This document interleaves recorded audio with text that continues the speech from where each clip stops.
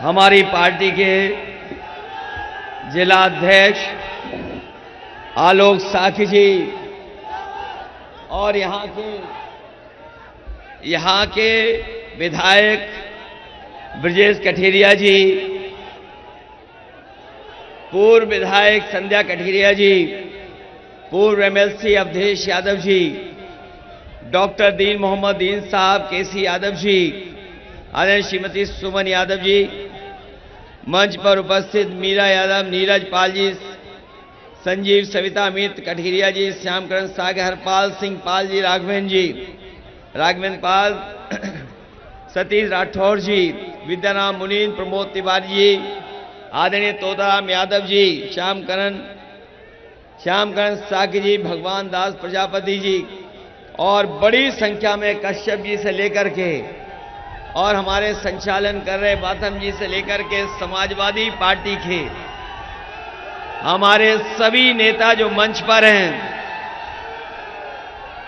और दूसरे मंच पे भी हमें दिखाई दे रहे हैं, हमारे सभी जिम्मेदार कार्यकर्ता और इस चुनावी जनसभा में आए हुए हमारे सभी आदरणीय बुजुर्ग, किसान भाई, नौजवान साथी, पत्रकार बंधुओं, मैं सबसे पहले किसनी विधानसभा और आसपास के सभी लोगों का और उपस्थित सभी मतदाताओं का मैं बहुत बहुत धन्यवाद और आभार प्रकट करना चाहता हूं।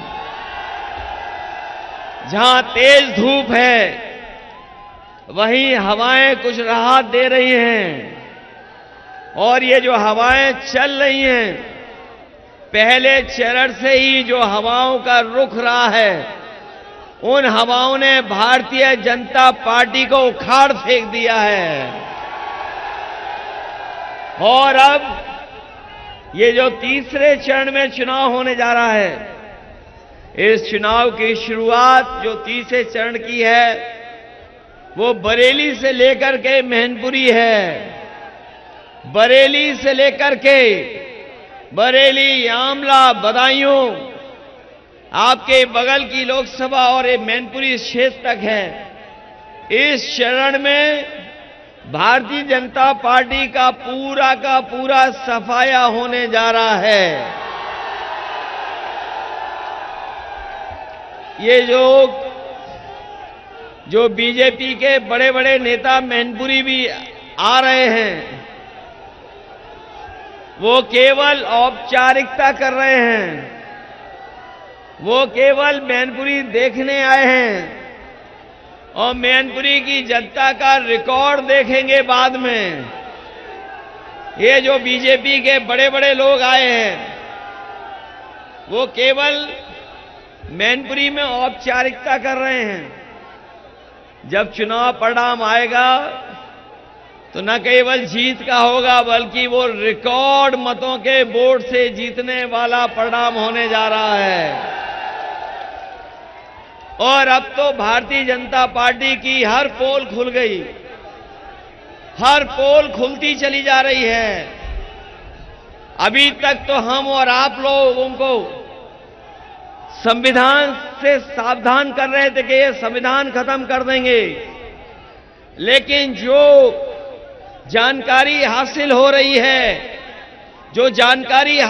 रही है, उससे तो लग रहा है कि अब ये जान के पीछे भी पड़ गए हैं। अभी तो संविधान पे सवाल उठा रहे थे बीजेपी के लोग, लेकिन जब से कोर्ट का फैसला आया है, जिन लोगों को इन्होंने वैक्सीन लगवाई, तो अब न केवल संविधान को खतरा पैदा किया है बल्कि वैक्सीन लगवा करके हमारी आपकी जान को भी खतरा पैदा कर दिया। जो लोग फ्री की वैक्सीन लगवा रहे थे, यहां पर हो सकता है बहुत सारे लोगों ने वैक्सीन लगवा ली हो, लेकिन हम हैं जिन्होंने नहीं लगवाई। अब हम सरकार से कहेंगे कि जैसे फ्री वैक्सीन लगवाई, जो जानकारी मिल रही है कि अब लोग अपना हार्ट दिखवाना चाहते हैं, जांच करवाना चाहते हैं और जिन लोगों ने फ्री वैक्सीन लगवाई, बीजेपी के लोगों ने, कम से कम हमारे गरीब लोगों का ये इंतजाम करें कि कोई अस्पताल हो, बड़े से लेकर छोटा तक, हमारे गरीबों की जांच फ्री हो, ईसीजी फ्री हो, कम से कम उनकी जान बचाई जा सके। अब ये तो बात शायद पता लग गई कि वैक्सीन ने खतरा पैदा कर दिया। हमारे गरीब भोले वाली जनता जानती नहीं थी कि बीमारी कैसे जाएगी, लेकिन बीजेपी के लोगों ने सबको वैक्सीन लगवा दी। 80% आबादी उसी वैक्सीन के लगाने से हो सकता है खतरे की घंटी बज जाए। ये जो गारंटी देते फिर रहे थे, बताओ वैक्सीन लगवा करके हमारे आपके जीवन के सामने खतरे की घंटी बजा दी कि नहीं बज गई? और फिर जो वोट मांगने आ रहे हैं बीजेपी के लोग, उनके हर वादा झूठा निकला। और हमें तो अपने जो कवि बैठे हैं उनकी वो लाइन याद आती है कि इन लोगों की हर बात झूठी और झूठे वादे रहे। 10 साल में जो दिल्ली की सरकार ने जो किसानों को कहा कि उनकी आय दोगुनी हो जाएगी, यहां किसान भाई हमें दिखाई दे रहे हैं चारों तरफ, या उनके परिवार के लोग हैं, बताओ किसी किसान की आय दोगुनी हो गई हो? और महंगाई लगातार बढ़ती चली जा रही है। ये महंगाई बढ़ती चली जा रही है, महंगाई को रोकने का नाम नहीं ले रहे हैं।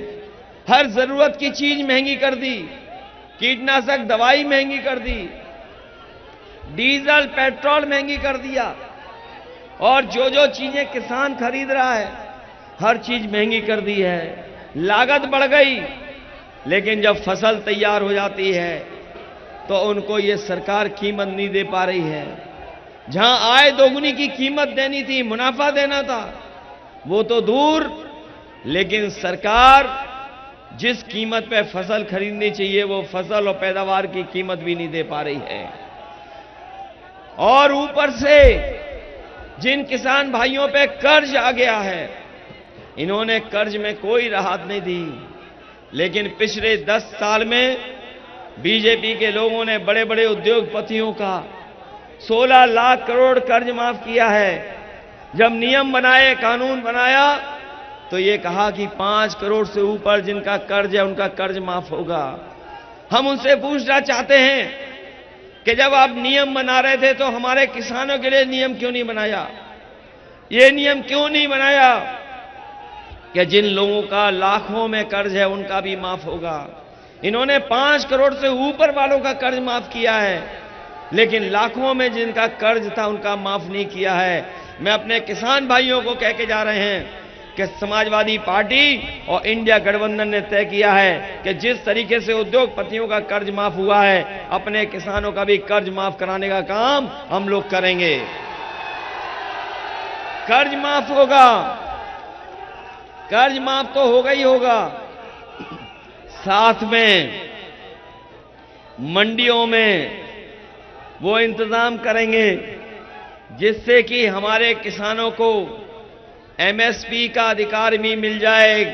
और जब तक कानूनी अधिकार एमएसपी का नहीं मिलेगा तब तक हमारा किसान खुशहाल नहीं हो सकता है। इसलिए किसानों को खुशहाली के लिए हम लोग कानूनी अधिकार दे करके उन्हें एमएसपी दिलाने का काम करेंगे। जहां किसान दुखी है वहीं इन नौजवानों के हाथ में कोई नौकरी रोजगार नहीं है। ये जितने नौजवान हैं सब रोजगार दिखाई दे रहे हैं, किसी के हाथ में रोजगार नहीं, नौकरी नहीं। और अगर मेहनत करके परीक्षा देने भी गए तो पेपर लीक हो गया। हर परीक्षा का पेपर लीक हुआ, 10 से ज्यादा परीक्षाओं के पेपर लीक हो गए। ये दिल्ली से आ रहे हैं और लखनऊ से आने वाले बीजेपी के नेता क्या हमारे नौजवानों के भविष्य के बारे में कोई चिंता कर रहे हैं? क्या उन्होंने पेपर लीक के बारे में कुछ बात कही, आश्वासन दिया? कोई आश्वासन नहीं दिया। हम अपने नौजवानों को कह के जा रहे हैं कि सरकार में 30 लाख नौकरियां खाली हैं। आरक्षण के साथ साथ उन नौकरियों को भी भरने का काम करेंगे, जिससे हमें नौजवानों को नौकरी मिल जाए। यहां पर जो नौजवान हैं, यहां पर हमारे फौज के परिवार के लोग होंगे, वो जानते होंगे वो नेताजी का ही फैसला था जिसकी वजह से अगर कोई जवान शहीद होता था सीमा पर, तो उसको पूरे सम्मान के साथ घर परिवार के बीच में लाकर के आखिरी समय पर दर्शन करने का मौका मिलता था।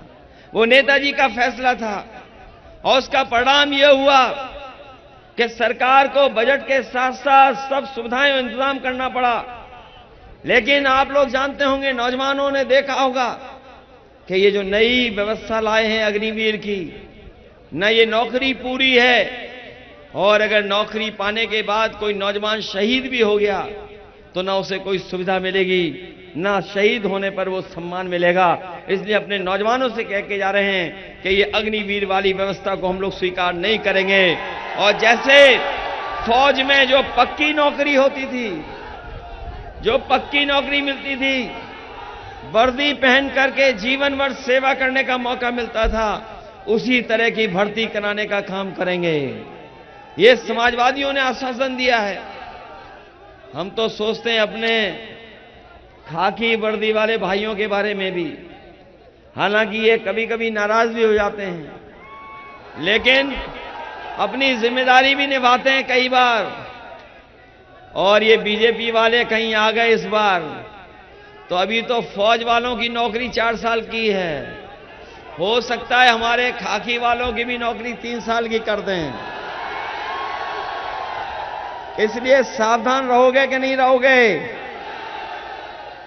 कई बार लोग कहते हैं कि बताओ कैसे हो जाएगी 3 साल की नौकरी। मैं उनसे सवाल पूछता हूं, बताओ अग्निवीर का क्या आपको पता था कि 4 साल की नौकरी हो जाएगी? क्या आपको पता था कि आधी रात को नोटबंदी हो जाएगी और नोट सब जमा करने पड़ जाएंगे? क्या आपको पता था कि ये बैंकें डुबा दी जाएंगी? क्या आपको पता था कि हवाई जहाज बिक जाएंगे? क्या आपको पता था कि रेलवे विभाग भी प्राइवेट हाथों में चला जाएगा? पानी का बंदरगाह प्राइवेट चला जाएगा, निजी हाथों में। टेलीफोन वाला निजी हाथों में चला जाएगा। ये न केवल नौकरी से हमें दूर कर रहे हैं, बल्कि हमारे जो संविधान हमें अधिकार देता है, संविधान जो हमें न्याय दिलाता है, उस न्याय से भी दूर कर रहे हैं। इसलिए समाजवादी पार्टी का यह मानना है कि जो संविधान में व्यवस्था है, जो संविधान ने हमें अधिकार दिया है, उन अधिकारों के तहत हमें नौकरी मिले, हमारा भविष्य बेहतर हो। इसलिए हम उस दिशा में काम करेंगे। वहीं अपने साथियों से ये भी कहने आए हैं कि इन बीजेपी वालों से बहुत सावधान रहना। ये कहते कुछ हैं और करते कुछ और हैं। ये इलेक्टोरल बॉन्ड जब से आया है, जब से लोगों को जानकारी मिल गई चंदा वसूली की, तब से बीजेपी का बैंड बजा हुआ है। इन्होंने कोई छोटा मोटा पैसा नहीं लिया है। जिन लोगों को जानकारी होगी वो जानते होंगे, छोटा मोटा पैसा नहीं लिया है। बड़े बड़े उद्योगपतियों से हजार करोड़ रुपए लिए हैं।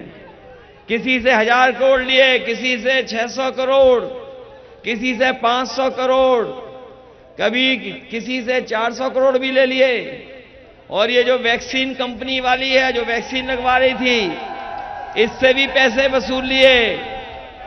और जो लोग मीट एक्सपोर्ट करते हैं, जो मांस एक्सपोर्ट करते हैं, उनसे भी पैसा वसूल लिया बीजेपी ने। बताओ बीजेपी ने चंदा वसूला कि नहीं वसूला? और उसी का परिणाम है कि एक तरफ तो भ्रष्टाचार किया है, वहीं महंगाई कर दी। और हर चीज महंगी है कि नहीं है? हमने तो कई जगह जनता को याद दिलाया, हमारे पुराने लोग खड़े होंगे, वो जानते होंगे, पहले पार्ले जी का बिस्किट पैकेट इतना बड़ा आता था, इतना बड़ा मिलता था बाजार में। लेकिन जैसे जैसे महंगाई बढ़ी और उन्होंने मुनाफा कमाना शुरू किया, पैकेट छोटा होता चला गया। अब बताओ कितने रुपए का पैकेट आ रहा है? 5 बिस्किट का पैकेट हो गया है। ये दोबारा आ गए सरकार में तो हो सकता है 1 बिस्किट वाला आपको पैकेट मिले। बताओ, जो पार्ले जी कर रही है वो इन्होंने खाद में किया कि नहीं किया? खाद की बोरी में, खाद की बोरी में से कितना निकाल लिया और फिर कितना निकाल लिया? ये आ गए तो पाउच में मिलेगी आपको खाद, बोरी में नहीं मिलेगी। और जब चुनाव में वोट चाहिए था तो राशन में क्या क्या दे रहे थे? राशन में रिफाइंड तेल, नमक, चना, दाल, और वोट मिल गया, सरकार बन गई तो अब क्या दे रहे हैं बताओ? ये इसलिए दे रहे हैं कि शायद ज्यादा पौष्टिक है। ये जो राशन में बाजरा मिल रहा है, ये क्या ज्यादा पौष्टिक है क्या? इसलिए समाजवादी पार्टी अपने गरीबों को कह के जा रही है, सरकार में आएंगे तो राशन की व्यवस्था को अच्छा करने का काम करेंगे, गुणवत्ता के साथ पौष्टिक देंगे। और जिस तरह शहरों में बड़े लोग, संपन्न लोग आजकल पैकेट में आटा खा रहे हैं, वो पौष्टिक आटा है, वो स्वास्थ्य के लिए भी बेहतर है, कई लोग ऐसा बना रहे हैं। तो हम अपने गरीबों कह के जा रहे हैं, राशन की गुणवत्ता बेहतर करेंगे और गुणवत्ता के साथ साथ पौष्टिक आटा और डाटा फ्री दिलाने का काम करेंगे। क्योंकि जितना जरूरी आज राशन है, उतना ही जरूरी आटा है और उतना ही जरूरी डाटा है। और डाटा इसलिए दे रहे फ्री, जब कोरोना आया था तो संपन्न परिवार के बच्चों का कोई 1 साल नहीं गया, न 2 साल गए, क्योंकि उनकी ऑनलाइन पढ़ाई हो गई। घर बैठ करके स्कूल की पढ़ाई कर ली, कंप्यूटर से, लैपटॉप से, मोबाइल, अच्छे मोबाइल से। लेकिन हमारे गरीब के पास नहीं था, हमारे गरीबों के पास नहीं इंतजाम था, इसलिए उनके सालों साल चला गया। लेकिन हम अपने नौजवानों को बताना चाहते हैं, कभी हम लोगों ने लैपटॉप दिया था, याद है कि नहीं? और वो जहां होगा आज भी चल रहा होगा। अभी जो हम लोगों ने लैपटॉप दिया, अमेरिका में कई शहरों में जो गरीब परिवार के बच्चे, उनको अमेरिका दे रहा है लैपटॉप। सोचिए हम लोगों ने कब दिया था अपने गरीबों को, और इसलिए दिया था कि इस तकनीकी के युग में जहां संपन्न लोगों के पास सब साधन है, हमारे गरीब के घर में कोई साधन नहीं है, इसलिए कम से कम तकनीकी तरीके से भी उनको बराबर खड़ा कर सकें, इसलिए हम लोगों ने लैपटॉप दिया था। और ये सरकार आई, इसने नकल तो की, हम लोग लैपटॉप दे रहे थे इतना बड़ा और इन्होंने दिया कितना छोटा।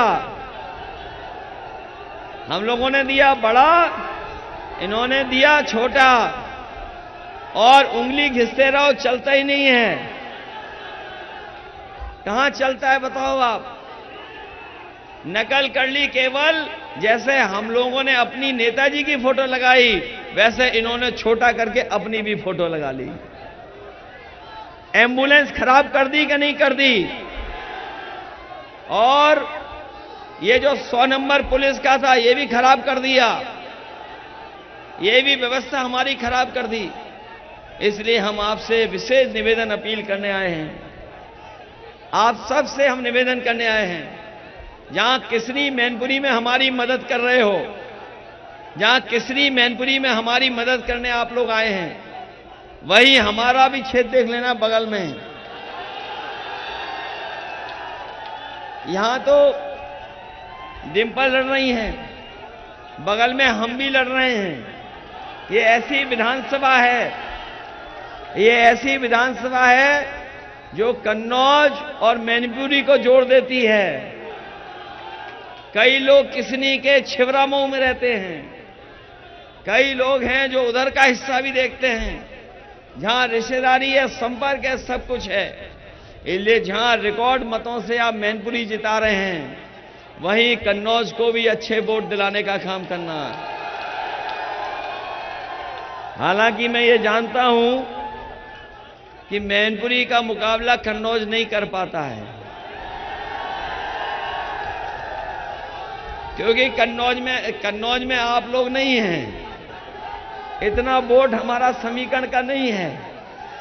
लेकिन मैनपुरी का ऐसा रिकॉर्ड बन सकता है कि जब देश में जो बड़ी जीतें हों, क्योंकि देश का चुनाव है, पिछली बार तो उपचुनाव था, नेताजी के ना रहने पर आपने उन्हें याद करके एक एक वोट दिया था।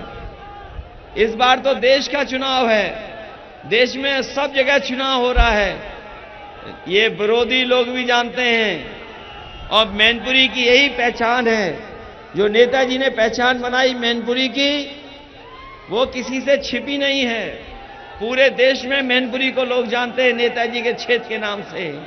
तो इस बार जब देश का चुनाव हो रहा है, तो कम से कम जो जीत हो, जो बड़ी देश की जीत हो, उसमें मैनपुरी का भी नाम आना चाहिए। ये जो बाहर से लोग आए हैं वोट मांगने, कल सुना था कि कोई आए थे लखनऊ वाले, ये लखनऊ वाले आए थे, अपना रोड शो कर रहे थे, रोड शो। इनसे पूछो, आपका योगा वाला शो तो हम लोगों ने देखा था, ये जो रोड शो कर रहे थे कल, उनका योगा वाला शो देखा था? जो कहते थे हम 4 बजे उठ जाते हैं, जब योगा करने आए और एक टांग पे खड़े होकर के योगा किया तो ऐसे डगमगा रहे थे। बताओ डगमगा रहे थे कि नहीं डगमगा रहे थे? और इन नौजवानों ने उन्हें क्रिकेट खेलते भी देखा होगा। क्रिकेट खेलने गए स्टेडियम में, तो बॉल जब 3 बार टप्पा खा गई, तब बल्ला ऊपर से घुमाया उन्होंने। और ऐसी सरकार जिसने सब व्यवस्था खराब कर दी, सब व्यवस्था खराब कर दी। इसलिए हम अपने किसनी के भाई बहनों से और आदरणीय बुजुर्गों से, ये ऐसा क्षेत्र है जो भरपूर वोट देता है। इस मैदान में न जाने कितनी बार आए हम लोग, नेताजी भी आए, हम लोग भी आए। ये बहुत ही भाग्यशाली मैदान है, भाग्यशाली मैदान। और इधर किसनी वाले भी सीख गए हैं आगे वोट बढ़ाना सीख गए, वोट बड़ी जीत दिलाना सीख गए हैं। पिछली बार तो 40,000 तक पहुंचा दिया था। इसलिए हमारा कहना मानना, आज के बाद अपने गांव में, गली में, मोहल्ले में आप लोग घर घर वोट मांगने का काम करना। घर घर वोट मांगेंगे आप लोग, और वोट मांगने के साथ साथ अपनी बूथ की रक्षा करोगे। ये बूथ की रक्षा इसलिए करना क्योंकि संविधान को बचाने का चुनाव है। संविधान उनसे बचाना है जो ब्रह्मांड के सबसे झूठे लोग हैं। ये ब्रह्मांड के सबसे झूठे लोग हैं, उनसे हमें अपना संविधान बचाना है। संविधान बचेगा तो हमारा लोकतंत्र बचेगा, संविधान बचेगा तो हमारा आपका सम्मान बचेगा। बीजेपी हटेगी तो महंगाई कम होगी, बीजेपी हटेगी तो बेरोजगारी दूर होगी, बीजेपी हटेगी तो उत्तर प्रदेश में खुशहाली होगी। इसलिए आप सब लोग मदद कर देना, एक एक वोट साइकिल पे डाल देना।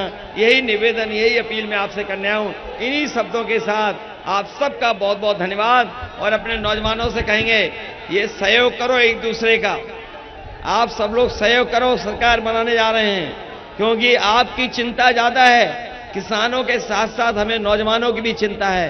क्योंकि नौजवानों की इसलिए चिंता है, ये हमारा भविष्य है। बीजेपी के लोग आ गए तो न केवल हमारा आपका भविष्य खराब कर रहे हैं, बल्कि आने वाली पीढ़ी का भी भविष्य खराब होने जा रहा है। इसलिए आप लोग अपनी व्यवस्था बना करके अपने बूथ पर हमारी मदद करने का काम करना, यही निवेदन, यही अपील मैं करने आया हूं। मुझे उम्मीद है कि आप लोग पहले से ज्यादा वोटों से जिता करके इस विधानसभा से और इस लोकसभा से जिता करके भेजेंगे। बहुत बहुत धन्यवाद। अपने तमाम नेताओं का बहुत बहुत धन्यवाद देता हूं। वहां अपने कार्यकर्ता साथी हैं, उनका भी धन्यवाद। आई हुई जनता का जो गर्मी में खड़े रहे, जो इतनी धूप में खड़े रहे, उनका भी विशेष धन्यवाद देता हूं। अपनी बाईं तरफ खड़े लोगों का भी बहुत बहुत आभार, इस उम्मीद के साथ कि सबसे ज्यादा वोट इस बार समाजवादी पार्टी को पड़ने जा रहे हैं। बहुत बहुत बधाई।